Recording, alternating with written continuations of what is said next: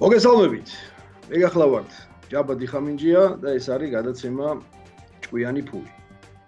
ეს თქვენ გადაცემაში იხილავთ შემდეგ საკითხებს. მოისმენთ შემდეგ საკითხებს. ეს არის შტატების სარეზერვო ბანკის ხელმძღვანელის ანგარიშის ანალიზი, რომელიც ეს შეხვედრა გაიმართა 16 ივნისს და მნიშვნელოვანი შეხვედრა იყო ძალიან. ამ შეხვედრის შინაარსს მიმოვიხილავთ. მომავალი ეკონომიური სიტუაციის ანალიზი, ანუ რა ტრაექტორიით შეიძლება განვითარდეს მოვლენები ეკონომიური თვალსაზრისით შეერთებულ შტატებში. ინფლაციის მაჩვენებლის დონე და გავლენა ბიზნეს სექტორებზე და ბოლოს მიმოვიხილავთ ჩვენს პორტფელში არსებულ კომპანიის აქციებს, რომლებზეც ვიჭირავს პოზიციები და შევხედოთ რა ვითარებაა ჩვენ პოზიციებზე. 16 ივნისს ძალიან მნიშვნელოვანი შეხვედრა გაიმართა შეერთებულ შტატებში. სარეზერვო ბანკის ხელმძღვანელობა წარსდგა მოხსენებით და ისაუბრეს მონეტარულ პოლიტიკაზე და ასევე ისაუბრეს მონეტარულ ფისკალურ პოლიტიკაზე და ეკონომიურ მიმდინარე ვითარებაზე. განხილვა ძალიან მნიშვნელოვანი იყო იმ მხრივ, ვინაიდან ჩვენ კარგად მოგვეხსენება, რომ 2020 წლის პანდემიიდან მოყოლებული სარეზერვო ბანკმა და საერთოდ შეერთებულ შტატების ხელმძღვანელობამ ძალიან დიდი დახმარების პაკეტები გასცა ეკონომიკაში. ანუ ეკონომიკაში ესე ვთქვათ, ფული ჩაასხა, ინიექცია გააკეთა, საკმაოდ დიდი და ეს ნაბიჯები შემდეგნაირად ჟღერს. პირველი რაც გააკეთა, ეს იყო დოლარზე საპროცენტო განაკვეთი დაიყვანა 0-მდე. მეორე დაახლოებით მთელი ამ პერიოდის განმავლობაში 4 ტრილიონი დოლარის ფინანსური დახმარებები, სხვადასხვა სახის ფინანსური დახმარებები გასცა მოსახლეობაში და მესამე და ეს დღესაც გრძელდება, ეს არის ყოველ თვე ყიდულობს სახაზინო ობლიგაციებს დაახლოებით 120 მილიარდი დოლარის ოდენობით. საიდანაც 80 მილიარდი დოლარის ოდენობით ყიდულობს სახაზინო ობლიგაციებს და 40 მილიარდი დოლარის ეს არის უძრავი ქონებით გამყარებული ფასიანი ქაღალდები. ირიბად ეს 120 მილიარდი თვეში, ირიბად ეს არის ისევ ეკონომიკაში ჩაშვებული კაპიტალი. გასაგებია, რომ ეს დახმარება შეიძლება, ამგვარი დახმარება შეიძლება დიდხანს კი არა და არც უნდა გაგრძელდეს და მთელი ინვესტორების ყურადღება მიპყრობილია, როდის რა მომენტში შეწყვიტავს სარეზერვო ბანკი და შეერთებული შტატების ხელისუფლება ამგვარი დახმარებების გაცემას. ანუ როდის იგრძნობენ ისინი, რომ ეკონომიკა უკვე თავისით გაუმკლავდება აღმასვლას და მას დახმარება აღარ ჭირდება. ეს ძალიან ყბადაღებული თემაა, ვინაიდან ბოლო დროს ჩვენ ვიცით, რომ ინფლაციის მაჩვენებელი საგრძნობლად გაიზარდა და ეს მაჩვენებელი საკმაოდ მნიშვნელოვანს მიაღწია და სარეზერვო ბანკის ამ განცხადებას ამ შეხვედრას ყოველთვე იმართება ეს შეხვედრა ყველა დიდი გულის ყურით უყურებს. ვინაიდან მათი ლექსიკა საუბარი არ არის მარტივი გასაგები, ისინი ყოველგვარ ფაქტებს და ყოველგვარ დაპირებებს გამორიცხავენ თავიანთ საუბარში, ისინი საუბრობენ მშრალად და ამიტომ მათ წინადადებებში ხშირად არის ორაზროვანი გაგება იმ მომავალი ეკონომიური მდგომარეობის, რაც მათ გონიათ და შესაბამისად როგორ იმოქმედებენ. კიდევ ერთხელ ვიმეორებ, იმიტომ რომ ეს ეკონომიკა არის ძალიან სენსიტიური თემა, ადამიანების განწყობებზე ძალიან არის დამოკიდებული და სარეზერვო ბანკის ხელმძღვანელობა ყოველთვის ცდილობს ფორსირება, ანუ თავიანთი განცხადებებით ფორსირება არ მოახდინონ დიდი ჯგუფების, ინვესტორების, ჰედჯ-ფონდ მენეჯერების და არ აიძულონ ისინი დაუგეგმავი ქმედებებისკენ საფონდო ბირჟებზე და ასე შემდეგ. მოხსენების კითხვის პროცესში მე ვკითხულობ ამ მოხსენებას ყოველთვის, ვაანალიზებ, ჩემი ხედვა მაქვს, ამ მოხსენებაში რამოდენიმე მესიჯი გაჟღერდა, რომელიც აქამდე არ ყოფილა. პირველი ეს არის ძირითადად ეს არის სამი მესიჯი, რომელზეც მიმექცია ყურადღება და საერთოდ თელმა ფინანსურმა სამყარომ მიაღწია ამ მესიჯებს ყურადღება. ეს არის ის, რომ ფედმა თქვა, რომ წლის ბოლოს ინფლაციის მაჩვენებელს ელოდება 3.4%-მდე ზრდას და შეგახსენებთ რომ აქამდე, ანუ მარტში, როდესაც გაიმართა შეხვედრა, იქ მოლოდინი იყო 2.4%-იანი ზრდა წლის განმავლობაში. ეხლა შეიცვალა და დაადეკლარირა რომ ისინი ელოდებიან 3.4%-მდე ზრდას. GDP-ს მაჩვენებელი აქამდე იყო მოლოდინი რომ იქნებოდა 6.5%-იანი ზრდა და ეხლა გაზარდეს ეს მოლოდინი და ისინი ელოდებიან 7%-მდე ზრდას. და აქ მნიშვნელოვანი მომენტი არის ერთი რომ ნახევარი წელი უკვე გასულია პრინციპში. ეს არის ფედერალური სარეზერვო ბანკის საიტი, სადაც გამოქვეყნებული არის ეკონომიკური მაჩვენებლები, რომლებსაც ვარაუდობს სარეზერვო ბანკი მომავალში და მიმდინარე ვითარებაში. აი მაგალითად, დააკვირდით, ეს არის 2021 წლის GDP-ს მაჩვენებელი, ვარაუდობს რომ იქნება 7%, მაგრამ მარტში შეხვედრაზე ვარაუდი იყო რომ იქნებოდა 6%, ანუ გაზარდა მოლოდინი. ინფლაციის მაჩვენებელი ვარაუდობს რომ იქნება 3.4% წლის ბოლოს, მაგრამ მარტში შეხვედრის დროს ვარაუდობდა რომ იქნებოდა 4%. აქ ერთ ნიუანსს დაუკვირდით, ძალიან მნიშვნელოვანი თემაა, რომ ნახევარი წელი უკვე გასულია. ანუ მომდევნო 6 თვეში სარეზერვო ბანკი ვარაუდობს ინფლაციის მოლოდინს 2.4%-დან 3%-ამდე. ეს არის დაახლოებით 45%-იანი ზრდა.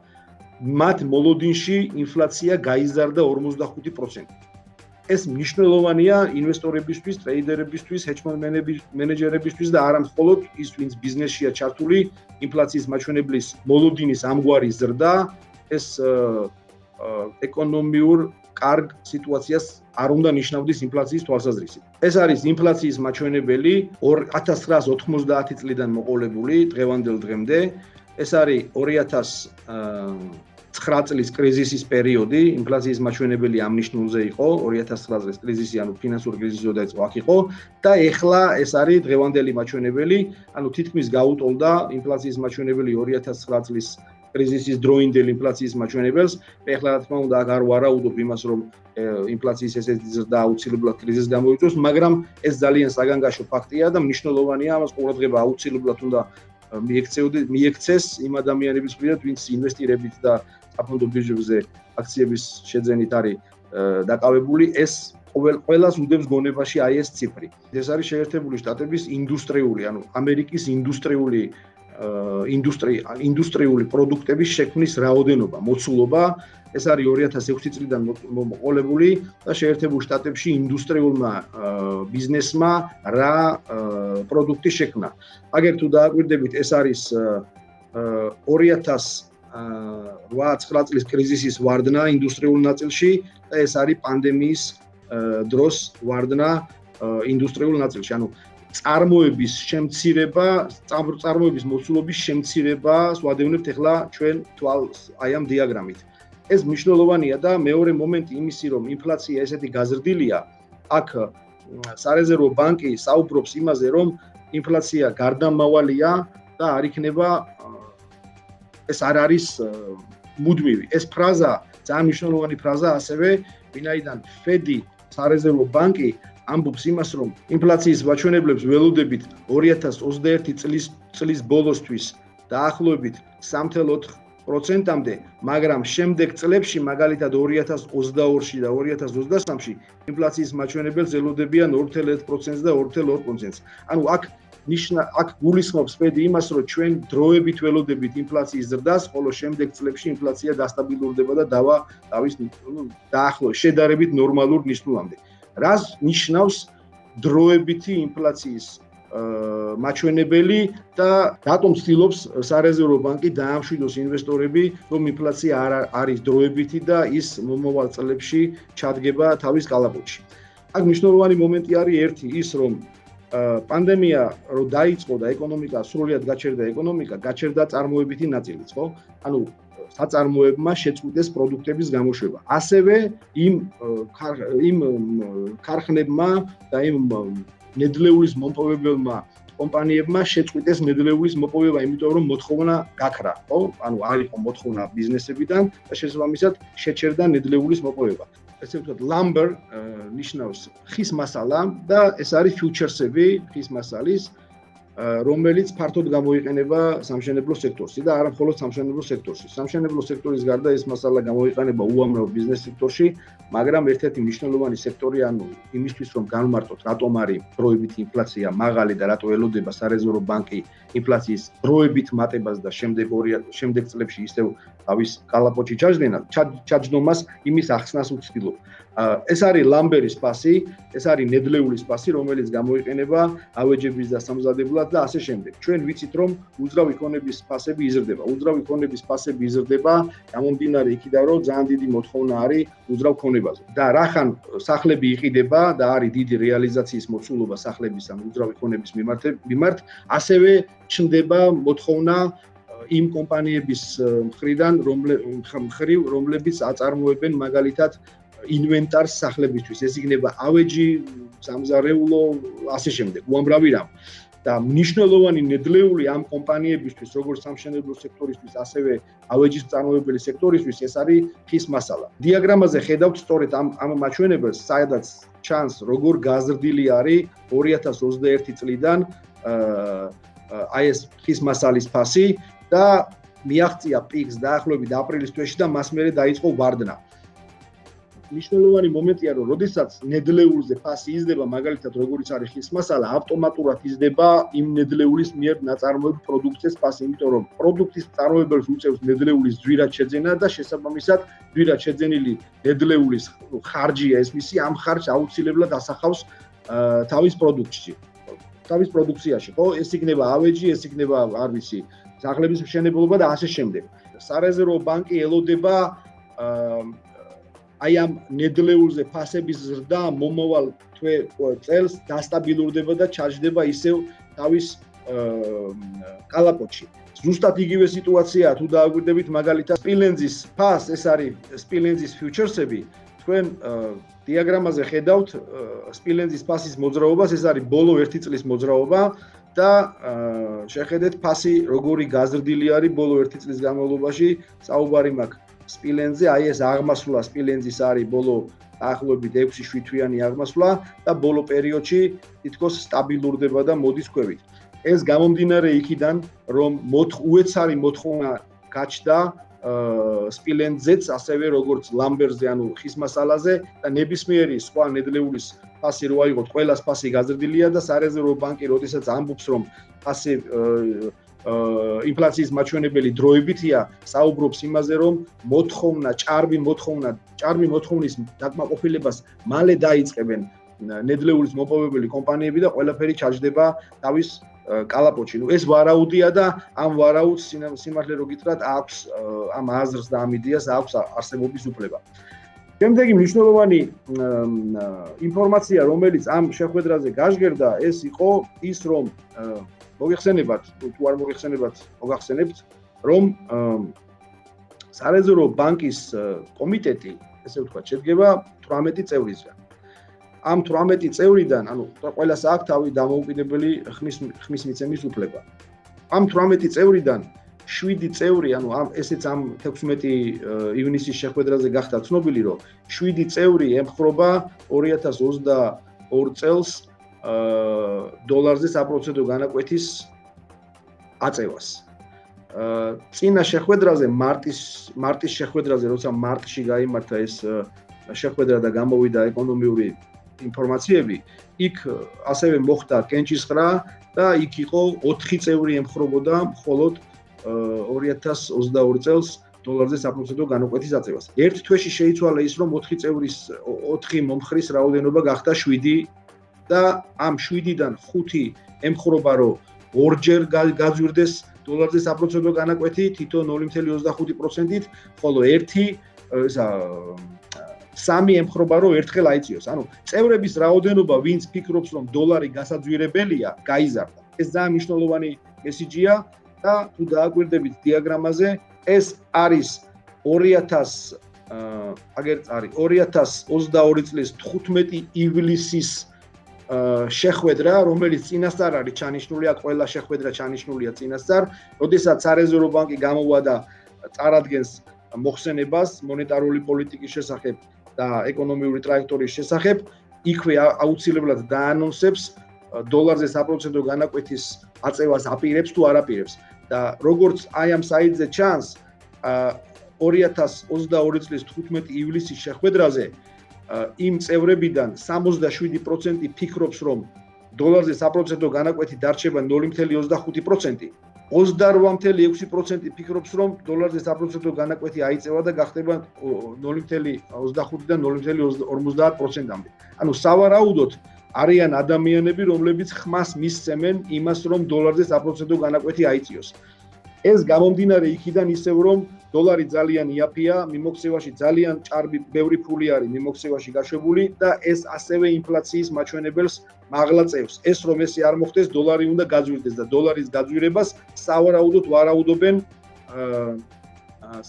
ვარაუდობენ 25 ივლისს 2022 წლის 25 ივლისის ჩანიშნულ შეხვედრაზე. კიდევ ერთი მნიშვნელოვანი მესიჯი, რომელიც გააჟღერა ფედმა და ფედის მოხსენება ძალიან დატვირთული იყო ახალი მესიჯებით და ამას ყველას ანალიზი ჭირდება. ეს არის რომ 120 მილიარდი დოლარის ობლიგაციებს ყიდულობს, ვიცით ჩვენ ყოველ თვე, ეს იგივე ირიბად ეკონომიკაში ჩასხმული ფულია და თავარი კითხვა, როდემდე აპირებს სარეზერვო ბანკი ამ დახმარების გაცემას. დახმარება ნიშნავს ეკონომიკაში ამ კაპიტალის ჩასხმას. ერთი ძალიან მნიშვნელოვანი ფრაზა თქვა ფედმა თავის მოხსენებაში და ეს იყო ის, რომ ჩვენ შევამცირებთ ბონდების ყიდვის პაკეტს მაშინ, როდესაც დავინახავთ მნიშვნელოვან გრძელვადიან ეკონომიურ პროგრესს. დააკვირდით ახლა ამ წინადადებას, მნიშვნელოვანი გრძელვადიანი ეკონომიური პროგრესი. ეს როგორ იზომება ეს პროგრესი? რამდენია მნიშვნელოვანი პროგრესი? ანუ რამდენს თulis სარეზერვო ბანკი მნიშვნელოვან ეკონომიურ პროგრესად, რომ დაიწყოს ბონდების შემცირება. ეს ძალიან მნიშვნელოვანი მომენტია, ეს ბუნდოვანია. ძალიან, ანუ ჭობის საგანი აქ, ანუ დავის საგანი აქ შეიძლება გახდეს ბევრი, რას გძნობს და რას თulis ფედი სარეზერვო ბანკი მნიშვნელოვან პროგრესად. მე მგონია პირადად რომ ფედი წინასწარ ამზადებს ნიადაგს და ამგვარი მესიჯებით, ესე იგი აბევებს განწყობას, რომ ის ცოტა ხანში აუცილებლად დააპირებს ბონდების პროგრამის შემცირებას. ეს არის ძალიან სენსიტიური თემაა და ამას ესე ვთქვათ, შეპარვით საზოგადოებისთვის, ფინანსური სამყაროსთვის ამისთანა ინფორმაციებს შეპარვით მიწოდება ჭირდება. მე მახსოვს 2013 წელს როცა ბენ ბერნანკიმ თქვა რომ ჩვენ ვამცირებთ ბონდების შესყიდვას, რომ მაშინ რა მოხდა ბონდ მარკეტზე, კატასტროფულად დავარდა ფასები და ფედი ალბათ ჯერემი პოველი ალბათ ზუსტად ამას უფრთხის, ფორსირება არ მოახდინოს ინვესტორების და ჰედჯ-ფონდ მენეჯერების და ამგვარი მესიჯებით ცდილობს რომ მათი გონება მიაჩვიოს რომ ცოტა ხანი ადრე თუ გვიან ბონდების შესყიდვის პროგრამას აუცილებლად შეამცირებს. მიუხედავად იმისა, რომ ეს მესიჯი გამოვიდა სააშკარაოზე, საფონდო ბირჟა მაინც არ დარჩენილა, ესე იგი ვალში, ესე ვთქვათ, როგორც კი ეს მესიჯი გაჟღერდა სარეზერვო ბანკის თავკაცისგან, რომ ისინი ქვეცნობიერად ელოდებიან, აპირებენ ბონდების პროგრამის 120 მილიარდი დოლარის ბონდების შესყიდვის შემცირებას, საფონდო ბირჟაზე ეს მაინც აისახა. ბონდის გაყიდვა, ეს არის დიაგრამა, სადაც თქვენ ახლა ხედავთ სახაზინო ობლიგაციების სარგებელი, ანუ სარგებლის მოძრაობას დიაგრამაზე და თქვენ ხედავთ აი ამ წერტილში ეს არის მაშინ, როდესაც სარეზერვო ბანკმა დაიწყო საუბარი ამ თემაზე და როგორც კი გააჟღერა, რომ ისინი ელოდებიან მნიშვნელოვანი ეკონომიკური პროგრესს და მაშინ დაიწყებენ ბონდების პროგრამის შემცირებას, ბონდის სარგებლის ფასი შეხედეთ რა მოვიდა. სარგებლის ფასი საგრძნობლად გაიზარდა. სარგებლის ფასის ზრდა ავტომატურად ნიშნავს, რომ ბონდის გაყიდვა დაიწყეს ინვესტორებმა, ჰედჯ-ფონდ მენეჯერებმა და ასე შემდეგ. რატომ იზრდება სარგებელი? იმ შემთხვევაში, როდესაც ბონდის გაყიდვა იწყებენ ბონდ ჰოლდერები, ესე ვთქვათ, ხო? აქ მნიშვნელოვანი მომენტია, როგორ მუშაობს ბონდი. არის სახაზინო ობლიგაცია, რაღაც 10 წლიანი და ამ სახაზინო ობლიგაციას აქვს სარგებელი. ანუ შეერთებული შტატების ხელისუფლება თქვენ თუ შეიძენთ ამ ბონდს, ამ ფასიან ქაღალდს 1 წლის თავზე, ანუ ეს არის პირველი თვე, ეს არის 12 თვე თქვათ, ერთწლიანი სახაზინო ობლიგაცია, ერთი წლის თავზე უკან დაგიბრუნებთ $1000. რა ღირს ეს ბონდი? ეს ბონდი ღირს, ანუ ბონდის ფასი ესე დგება, აუქციონი დგება, როდესაც ბონდი გამოდის და თქვათ, არ ვიცი ხა, ბევრი ეკონომიური მდგომარეობიდან გამომდინარე, თქვათ, ეს ბონდი ღირს $950. წლის დასაწყისში გადახდილი $950, რომლითაც შეიძინეთ თქვენ აი ეს ფასიანი ქაღალდი, შეერთებული შტატების სახელმწიფო ბონდი, იძლევა სარგებელს ერთი წლის თავზე $50, იმიტომ რომ სახელმწიფო ამ ბონდში ერთი წლის თავზე დაგიბრუნებთ $1000. თქვენი სარგებელი არის $50 ერთი წლის განმავლობაში. რა ხდება იმ შემთხვევაში, თუ ეკონომიური შიში, ანუ შიშის გამო, თუ თქვათ, არაკომფორტული სიტუაციის გამო, ინვესტორები და hedge fund მენეჯერები იწყებენ აი ამ ბონდის გაყიდვას. ანუ $950 დაიწყეს გაყიდვა. გაყიდვა იწვევს აუცილებლად ბონდის ფასის ვარდნას. თქვათ, დავარდა $920-მდე. ამ შემთხვევაში, ვინც იყიდა $920 დღეს გაიაფებული ბონდი, იმიტომ რომ შიში მძვინვარებს და ყველა ცდილობს რომ მოიცილოს თავისი ხელიდან ბონდები, ხო? $920 მყიდველი ვინც იყიდის $920 ერთი წლის თავზე სახელმწიფოსგან მიიღებს ისევ $1000. სახელმწიფო ყველა ვარიანტში იხდის ამაში $1000 და გარანტორი რომ ამაში $1000 სახელმწიფო გადაიხდის არის თვითონ შეერთებული შტატების სახელმწიფო. რა მივიღეთ? ბონდის ფასი დავარდა და სარგებელი გაიზარდა, იმიტომ რომ სარგებელი აგახდა $80, აქ იყო $50. პროცენტული სარგებელი იმ შემთხვევაში თუ ბონდის ფასი ვარდება, სარგებელი იზრდება. ზუსტად ეს სიტუაცია გვაქვს, როდესაც უყურებთ ამ დიაგრამას. ეს არის 10 წლიანი სახაზინო ობლიგაციები და ეს არის 10 წლიანი სახაზინო ობლიგაციების სარგებლის ზრდა. სარგებლის ზრდა კი გამოიწვია ბონდის ვარდნამ. აუცილებლად საყურებელია და ყურადღება მისადევნებელი სარეზერვო ბანკის ქმედებებზე. სავარაუდოდ აგვისტოს თვეში, მაშინ როდესაც არის ჩანიშნული შეხვედრა ჯერემი პოველის, აგვისტოს ბოლოს არის ეს შეხვედრა. სავარაუდოდ ჩემი ვარაუდით მაშინ დაანონსებს, როდის დაიწყებს ბონდების შემცირების პროგრამას და აგვისტო-სექტემბრის თვე ცოტა ვოლატილურობა გვექნება ჩვენ მარკეტზე, გამომდინარე იქიდან რომ ამას დიდი ყურადღებით აგვირდებიან hedge fund მენეჯერები და ინვესტორები. ამ მომენტისთვის ეს იყო, მოდი ახლა 2 წუთი დავუთმოთ ჩვენს პორტფელს, მას შემდეგ როდესაც სარეზერვო ბანკმა განაცხადა თავისი მომავალი ეკონომიური მდგომარეობის შესახებ და ისაუბრა იმ მოხსენებაზე, რაც ჩვენ ახლა წეგან გავიარეთ. იცით რა არის? როდესაც სარეზერვო ბანკი და შეერთებული შტატების ხელისუფლება ამხელა დახმარების პაკეტს გასცემს ეკონომიკაში, ძალიან ძნელად მოხდება ის, რომ რეცესია დაიწყოს. ანუ დაიწყოს მარკეტის ვარდნა, უკან მოუხედავი გაყიდვა, ინდექსების ვარდნა და ასე შემდეგ. მართალია, როდესაც სარეზერვო ბანკი საუბრობდა, მაშინ ვოლატილურობა გაიზარდა და მარკეტმა ვარდნა დაიწყო. აი ეს დღე არის ეს, დიდი არაფერი, მაგრამ ყოველ შემთხვევაში მარკეტმა ვარდნა დაიწყო. ჩვენ ავდექით და გავხსენით ახალი პოზიციები პირიქით, ანუ საპირისპიროდ მოვიქეცით და გავხსენით ახალი პოზიციები და ეს არის მაგალითად გავხსენით ფუტუ, ანუ 16-ში იყო შეხვედრა, 16-ში ყველა პოზიცია დახურული ჰქონდა და 2 დღის მერე, როდესაც დასტაბილურდა მარკეტის ვარდნა და გაიაზრეს ადამიანებმა, რომ ჯერ არ გეგმავს ყოველ შემთხვევაში ეკონომიური მდგომარეობა არ არის ისეთი ცუდი, ყოველ შემთხვევაში უკეთესობისკენ მიდის, ამას უამრავი რეპორტი მოწმობს. ჩვენ და როგორც კი დასტაბილურდა ვარდნა, შეიწოვა მარკეტმა ეს ინფორმაცია, ინვესტორებმა გაითავისეს რა ხდება სიტუაცია და მერე ნელ-ნელა დაიწყეს, ჩვენც ავიღეთ გრძელვადიანი პოზიციები და ავიღეთ რამოდენიმე კომპანიის აქცია, ეს არის კომპანია ფუტუ, ფუტუ არის ფუტუ ჰოლდინგს, ეს არის ონლაინ საბროკერო კომპანია და ასევე ის თავაზობს თავის მომხმარებლებს ონლაინ wealth management-ს. ცოტა ხნის წინ წარადგინა ფინანსური მაჩვენებლები, ჯამური მომხმარებლები წლიდან წლამდე, ანუ 1 წლის წილში გაზრდილი არის, წარმოიდგინეთ 231%-ით არის გაზრდილი მომხმარებლების რაოდენობა, ანუ ადამიანები, რომლებიც გარკვეულ სერვისს ღებულობენ ამ კომპანიისგან, მთლიანი ჯამური კაპიტალი, რითიც ვაჭრობენ ამ პლატფორმაზე, ეს პლატფორმაც არის, ანუ საბროკერო კომპანია და პლატფორმაა, რითიც ვაჭრობენ, ეს არის დაახლოებით $40 მილიარდი. შემოსავალი გაიზარდა 1 წლის განმავლობაში 372%-ით და მოგება გაიზარდა 6.5-ჯერ, ანუ გასული წლის 20 წლის პირველი კვარტლის მაჩვენებელი რაც იყო 2022 წლის პირველი კვარტლის ბიზნეს მაჩვენებელი არის 6.5 ჯერ დიდი.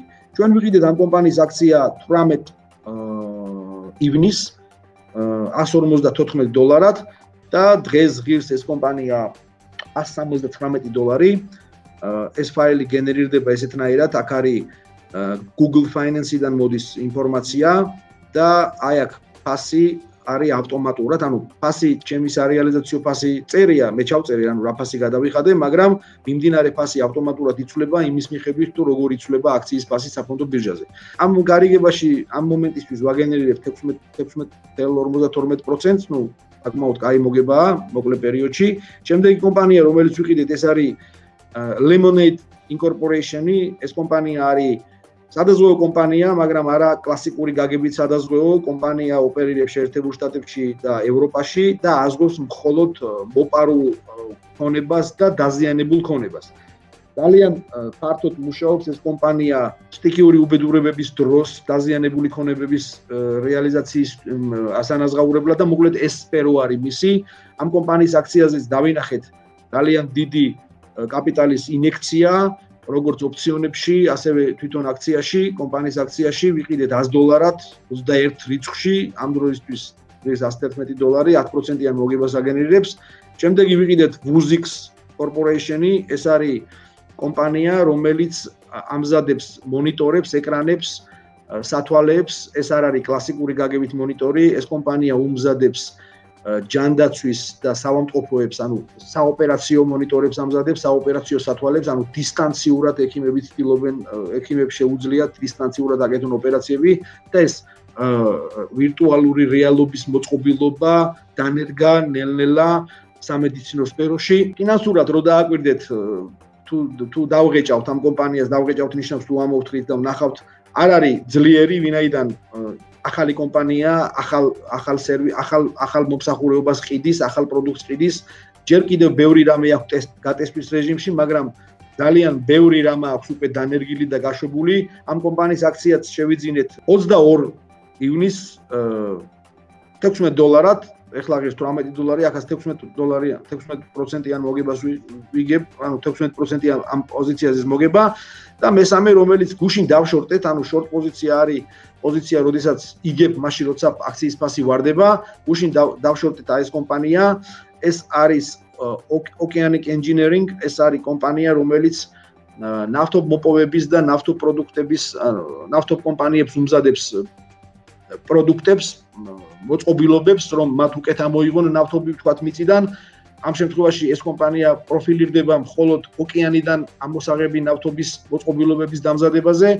დავშორტეთ იმიტომ, რომ ცოტა ხნის წინ იცით გაიმართა OPEC-ის შეხვედრა და OPEC-ის შეხვედრაზე გაჟღერდა ის, რომ კვოტებს მოუჭირეს, ანუ ჭარბი ნავთობია, ანუ ნავთობის ფასი თქვათ დამოკიდებულია რა თქმა უნდა მოთხოვნა მიწოდებაზე და OPEC-მა დაადეკლარირა ის, რომ უნდა შემცირდეს მოთხოვნა, უნდა გაიზარდოს მოთხოვნა, მოთხოვნის გაზდა გამოიწვევს აუცილებლად ნავთობის ფასის ვარდნას, ვინაიდან ეს კომპანიას ნავთობ ბიზნეს სექტორშია, სავარაუდოდ მოკლე ვადაში ველოდები, რომ ნავთობის ფასი შეიძლება მოკლე ვადაში შემცირდეს. ამ კომპანიაზე წავიღეთ შორტ პოზიცია, გუშინ $16, ეხლა ღირს 5.72 და აქაც 2%-იან მოგებას ვაგერირებთ. ჯამურად მთელი ჩვენი პორტფელი იგებს 21%. ეს პორტფელი ამ კომპანიების შეტანა ამ ფაილში დავიწყეთ მაშინ, როდესაც დავიწყეთ გადაცემა ჭკვიანი ფული და ნებისმიერ დროს შეგიძლიათ ადუნოთ თვალყური ამ კომპანიებს, როცა არ უნდა გახსნათ ეს ფაილი, აქ ფასები იქნება იმდროინდელი, იმ მომენტის, რა მომენტის რეალური ფასი არის საფონდო ბირჟაზე. მოკლედ, დღეისათვის სულ ეს იყო. ვფიქრობ, საინტერესო იყო. მომავალ შეხვედრამდე ჩვენ ალბათ შევხვდებით ისევ მომდევნო კვირას და მიმოვიხილავთ მიმდინარე კვირის ფინანსურ ეკონომიურ მაჩვენებლებს. ხვალ და ზეგ ძალიან მნიშვნელოვანი ეკონომიური რეპორტები იქნება გასაჯაროებული და ამ რეპორტების ანალიზს განვიხილავთ შემდეგში აუცილებლად და ვისაუბრებთ მოკლედ ზე საინტერესოდ. ამ მომენტისთვის სულ ეს იყო. დიდი მადლობა ყურადღებისთვის. კარგად გრძანდებოდეთ.